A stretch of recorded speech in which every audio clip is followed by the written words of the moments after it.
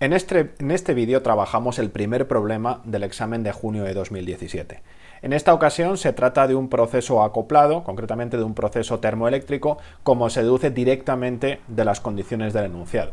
En el enunciado nos hablan de un tubo de 20 centímetros de longitud, nos especifican que es suficientemente fino como para que todos los procesos puedan considerarse unidimensionales, y luego nos dan una serie de datos que se corresponden precisamente con un proceso termoeléctrico. En particular nos dan la conductividad térmica y nos dan el coeficiente Seebeck. Y además, bueno, nos están dando unas condiciones para plantear el problema, diciendo que pongamos el origen de nuestro sistema de coordenadas en el extremo izquierdo, de forma que la posición 20 centímetros sea el extremo derecho. La razón por la cual he escogido este problema es porque también tiene una serie de diferencias con respecto a los que vimos en la hoja 4 y por eso me ha parecido especialmente interesante. En este problema vamos a ir viendo que los primeros apartados son relativamente fáciles de hacer, deberían hacerse sin grandes dificultades, y luego hay un último apartado que tiene mucha más dificultad. Eso es algo que nos podemos encontrar en otro tipo de problemas. Por ejemplo, los problemas que vayamos a poner para la evaluación, la prueba de evaluación continua que constituirá la evaluación, que bueno, os podéis encontrar en circunstancias parecidas, una serie de apartados más fáciles y luego alguno más difícil para precisar un poquito la nota. Entonces, en este caso también, como el enunciado es muy largo como para ponerlo en una sola diapositiva, vamos a ir haciéndolo paso a paso, vamos a ir resolviendo cada uno de los apartados independientemente. Entonces empezamos por el primero, que ya está escrito aquí. Entonces, en este primer apartado nos van a dar un perfil de potenciales. Fijaos que en la mayoría de los problemas de la hoja 4 estábamos hablando de diferencias de potencial o diferencias de temperatura, razón por la cual solíamos hacer una serie de aproximaciones vinculando esas diferencias a los gradientes. En esta ocasión directamente nos dan la ecuación para el potencial, con lo cual ya sabemos aquí que vamos a tener que calcular. Esto también lo podíamos haber deducido de la forma del Seebeck, que también depende de la posición. Y además nos dicen que se mide una densidad de corriente que, como no nos dan ningún dato, vamos a asumir que es perfectamente uniforme. Y nos van a pedir calcular en primer lugar la conductividad eléctrica del material. Entonces, al igual que en los problemas que hicimos en la hoja, lo más conveniente es empezar planteando las ecuaciones fenomenológicas, porque allí va a estar toda la información que vamos a necesitar para resolver el problema. Empezamos pues escribiendo estas ecuaciones fenomenológicas exactamente igual que como las vimos en el PDF de la clase online. Fijaos que esta versión de las ecuaciones depende del Peltier y depende de la resistividad eléctrica, que es, ya digo, como está en ese documento. En el enunciado, sin embargo, nos dan el Seebeck y nos piden la conductividad eléctrica. Por lo tanto, lo que conviene hacer es cambiar estas ecuaciones para que aparezcan el Seebeck y para que aparezca la conductividad eléctrica. Recordar que hay una relación entre estos parámetros. En primer lugar, el Peltier lo podemos escribir siempre como la temperatura por el Seebeck, por lo tanto directamente podemos cambiar estos dos términos de aquí, y la resistividad eléctrica es el inverso de la conductividad eléctrica. Por lo tanto, sin grandes cálculos podemos reescribir estas ecuaciones de aquí y dejarlas en función de los coeficientes que nos dan en el enunciado. Bueno, entonces, a continuación, ¿qué más cosas nos dicen? Vamos a ir analizando los distintos datos que nos dan en el enunciado para poder ver cómo trabajamos estas ecuaciones para obtener la conductividad eléctrica del material. Entonces, recordemos que en el enunciado nos dicen que la temperatura es constante. Esto va a ser muy útil porque me va a permitir cargarme este término de aquí y este otro término de aquí. Y además nos dan el perfil de potencial. Con lo cual, si nos dan el perfil de potencial, yo directamente puedo calcular su gradiente, que en este caso, como es un proceso unidimensional, simplemente es la derivada del potencial con respecto a x. Y además nos dan la densidad de corriente. Entonces, si os fijáis, este término no va a estar. Aquí puedo calcular el gradiente de potencial sin ningún problema. Aquí puedo calcular la densidad de corriente, por lo tanto, recurriendo a esta segunda ecuación, directamente voy a tener la conductividad eléctrica, que es lo que me están pidiendo. Por lo tanto, lo único que tengo que hacer es sustituir los datos, los coloco aquí en verde, directamente los datos que me dan, y simplemente despejando obtengo el valor de la conductividad eléctrica. Como veis, este primer apartado se obtiene muy rápido y muy fácil. Pasemos al segundo. En el segundo lo que nos dicen es que en las mismas condiciones del apartado anterior, es decir, mantenemos el mismo perfil de potenciales y mantenemos la misma densidad de corriente, nos pide calcular el flujo de calor en los extremos de la barra. Recordemos que la temperatura son 300 Kelvin, que es la misma que teníamos antes, y al mismo tiempo lo que nos están dando son los valores de las constantes alfa y beta que determinan el valor del coeficiente Seebeck.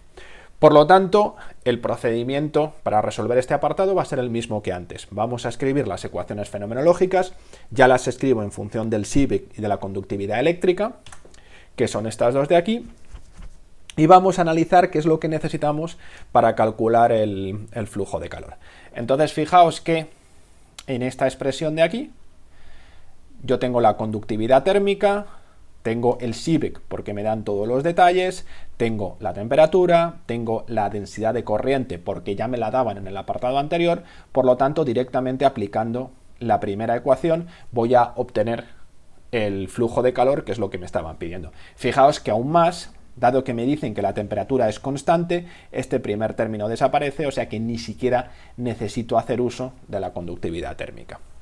Por lo tanto, procedo exactamente igual que en el caso anterior. Simplemente sustituyo los datos, que los voy a marcar aquí.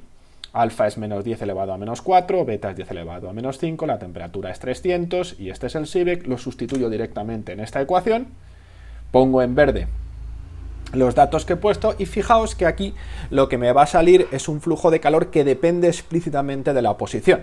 Entonces vamos a ver que el flujo no es homogéneo, con lo cual esto ya más o menos nos va a indicar que de alguna manera se va a estar acumulando energía interna en unos puntos del tubo como consecuencia de la inhomogeneidad del flujo.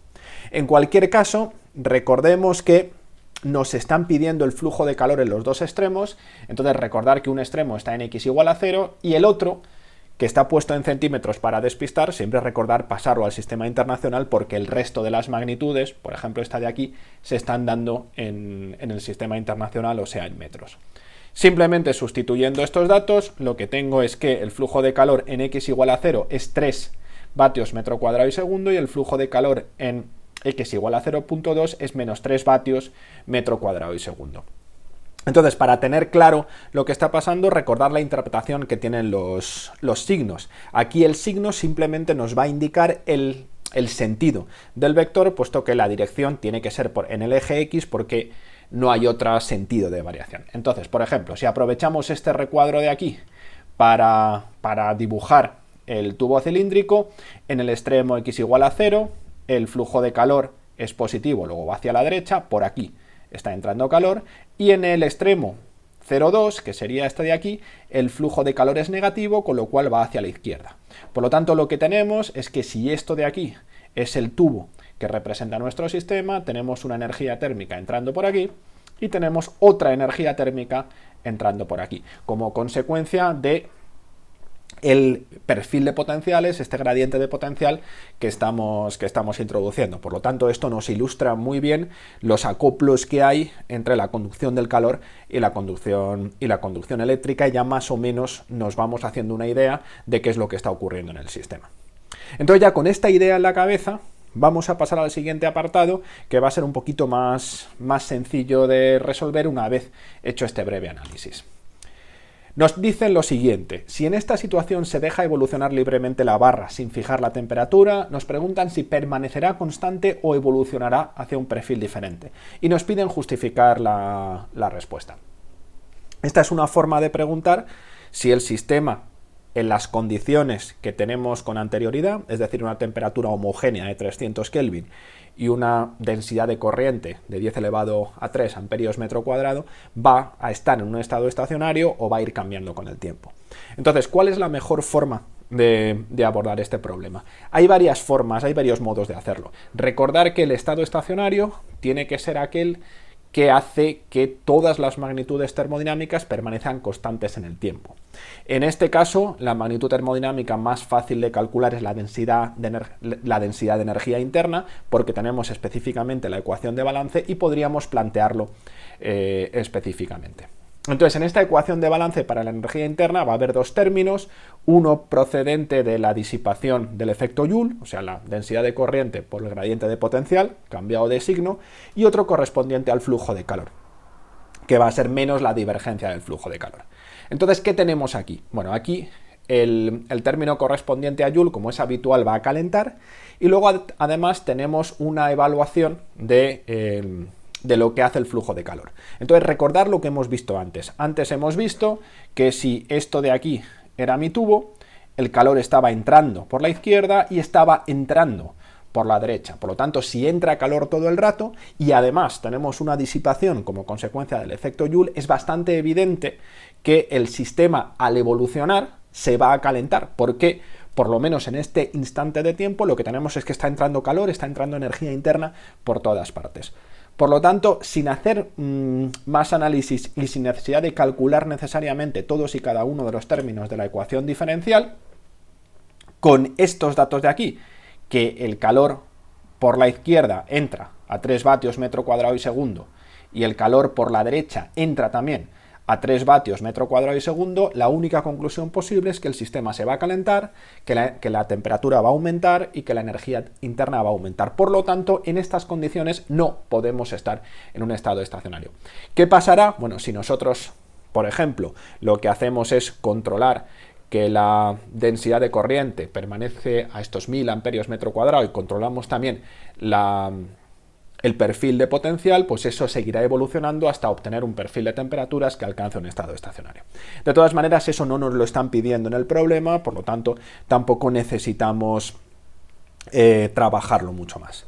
Nos vamos, por lo tanto, al último apartado, en el que básicamente nos van a pedir dos cosas, o incluso tres. Lo que pasa es que la tercera es inmediata.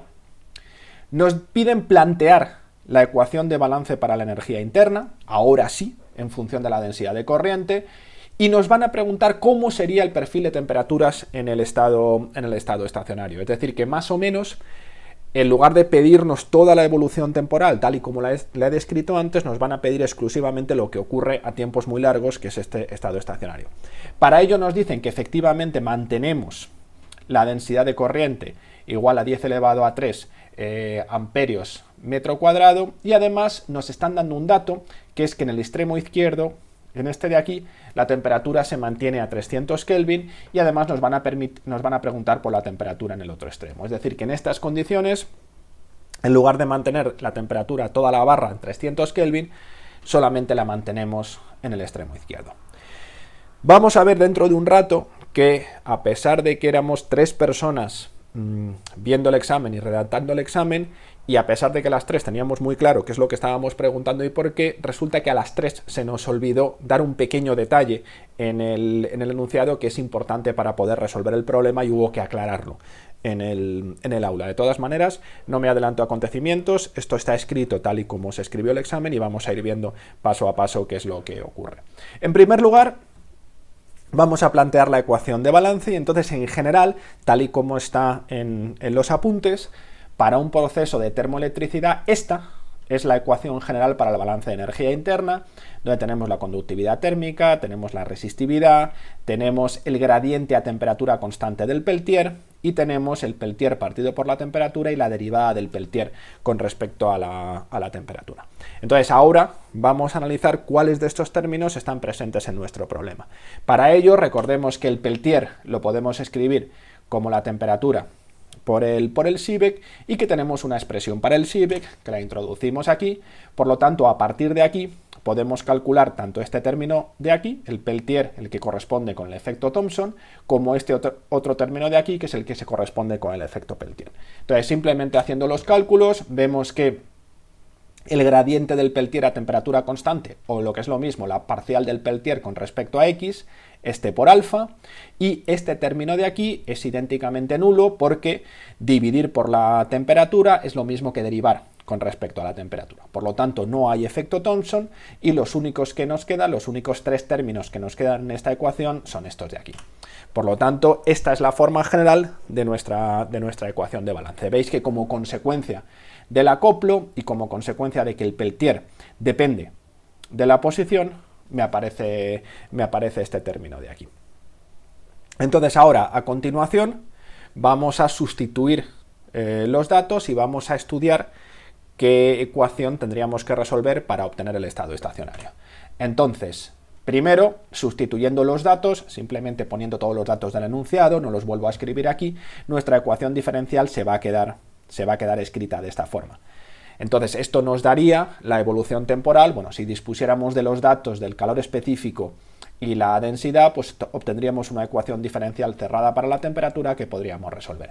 No es eso lo que nos están pidiendo, sino simplemente nos están pidiendo cómo va a ser el estado estacionario que alcance el sistema. Entonces, el estado estacionario lo que exige es que la parcial de la energía interna con respecto al tiempo es cero y por lo tanto tenemos que resolver esta ecuación de aquí. Entonces, ahora si os fijáis, aquí está la dificultad mayor del problema, que es resolver esa ecuación diferencial. Esto lo pusimos a posta. Fijaos que es una parte del último apartado de un solo problema, con la idea de que este apartado sirviera, bueno, pues para dar las notas más altas, y no dimos más pistas sobre cuál es la solución de esta ecuación diferencial. Para quien no lo hizo, prácticamente le bajó muy poquito, porque ya digo, es una parte de un apartado de un problema, y sí que sirvió un poquito para matizar las notas más altas. Entonces, en general, este tipo de ecuaciones de aquí tienen dos posibles tipos de soluciones, o bien el perfil de temperaturas es esta ecuación de aquí en la que hay dos exponenciales, o bien el perfil de temperaturas es esta solución de aquí en la que tengo un seno y un coseno. En realidad no es que sean dos tipos de soluciones, sino básicamente es la misma solución, y podemos ver que esta, por ejemplo, esta segunda, que son cosenos y senos, se deduce de la primera admitiendo valores complejos de lambda, concretamente valores imaginarios. Por lo tanto, realmente es un conjunto de soluciones. Y esto depende de tres constantes, A, B y C, que vamos a tener que determinar en función de, 1, que se cumpla la ecuación diferencial, y 2, las condiciones de contorno que tengamos en el problema. Entonces, para decidir cuál de estas posibles soluciones es, lo primero que tenemos que ver es cuál de ellas sirve para resolver la ecuación diferencial. Entonces, lo que vamos a hacer es sustituyendo cada una de ellas y trabajándola para ver cuál nos sirve o si nos sirven las dos. Entonces empiezo por la primera y lo que hago es calcularme la segunda derivada con respecto a x dos veces, y luego con ese resultado escribo todo este término. Simplemente trabajando, las derivadas son fáciles de hacer. Lo que veo es que 0.1 por la derivada segunda con respecto a x dos veces más 100 más 0.1 por el perfil de temperaturas, me queda esta expresión de aquí, que tenemos la constante a por 1 más lambda al cuadrado por esta exponencial, la constante b, 1 más lambda al cuadrado por esta otra exponencial, y este término de aquí constante. Fijaos que para que esto me dé un perfil estacionario, tengo que igualar todo este resultado de aquí a 0. Entonces, el término constante es muy fácil, porque si c vale menos 1000, lo anulo. Pero yo no puedo anular este término de aquí, ni este término de aquí, con un valor de lambda real. En realidad, necesito lambda igual a la unidad imaginaria para poder anular estos términos. Por lo tanto, llego a la conclusión de que esta posibilidad de aquí no es correcta, y por lo tanto me marcho a la segunda posibilidad, en la que tengo senos y cosenos. Hacemos exactamente el mismo trabajo, nos hacemos las derivadas, construimos todo este término de la ecuación, y básicamente observamos una única diferencia, que es que en los términos que multiplican al coseno y el seno, en lugar de tener 1 más lambda al cuadrado, tengo 1 menos lambda al cuadrado. Y esta diferencia sí que me va a permitir encontrar un valor de lambda y un valor de c tal que anule idénticamente toda esta expresión de aquí, y por lo tanto describa el estado estacionario. Estas soluciones son fáciles de hallar. Lambda igual a 1 anula este término y anula este otro, y c igual a menos 1000 anula este otro de aquí. Fijaos que aquí he elegido arbitrariamente lambda igual a 1 que lambda igual a menos 1. La razón es muy fácil. La función coseno es par, con lo cual da igual que lambda sea más 1 o menos 1, y la función seno es impar, es decir, si yo eligiera lambda igual a menos 1, tendría más b seno de menos x, que sería igual a menos b seno de x. Por lo tanto, el signo lo englobo en la constante b, que la voy a obtener después por las condiciones de contorno. Por lo tanto, es irrelevante elegir más 1 o menos 1, elijo más 1, y en consecuencia el perfil de temperaturas que me queda es este de aquí. Ahora me quedan por hallar las constantes A y B. Para eso vamos a acudir a las condiciones de contorno. La primera condición de contorno es que la temperatura en el extremo izquierdo, que es x igual a 0, es igual a 300. Por lo tanto, en x igual a 0 este término se anula, me queda que 300 es igual a menos 1000, con lo cual A tiene que ser igual a 1300. Tengo una primera constante puesta. ¿Y qué pasa con la segunda? Bueno, pues aquí es donde nosotros habíamos planteado el problema con las ideas muy claras y a los tres se nos pasó a escribir en el enunciado qué es lo que teníamos en la cabeza. La idea era, para complicar un poquito la situación, que si bien estábamos dando una condición de contorno en temperatura aquí a la izquierda, o sea, una condición de Dirichlet, a la derecha íbamos a dar una condición de Neumann y iba a ser la misma que habíamos obtenido antes.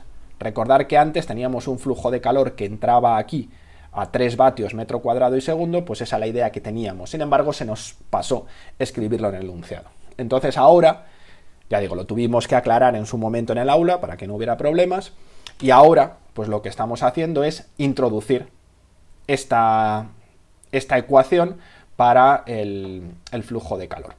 Entonces, esta es la segunda condición de contorno. ¿Por qué nos interesaba también esta condición de contorno? Fijaos que aquí tenemos un proceso acoplado, con lo cual hay que ir a las ecuaciones fenomenológicas para determinar qué vale el flujo de calor. Es decir, cuidado que si tenemos un proceso simple, el flujo de calor es menos kappa por el gradiente de temperaturas, pero aquí el proceso es acoplado y lleva colgando el segundo término correspondiente a la densidad de corriente.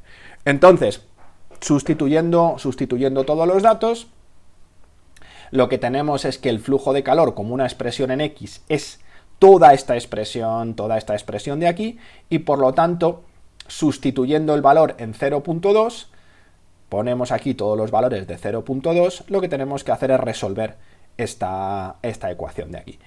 Es bastante fácil porque esto es meterlo en la calculadora, nos queda una ecuación lineal en B y el resultado es que B tiene que ser 260.879 aproximadamente.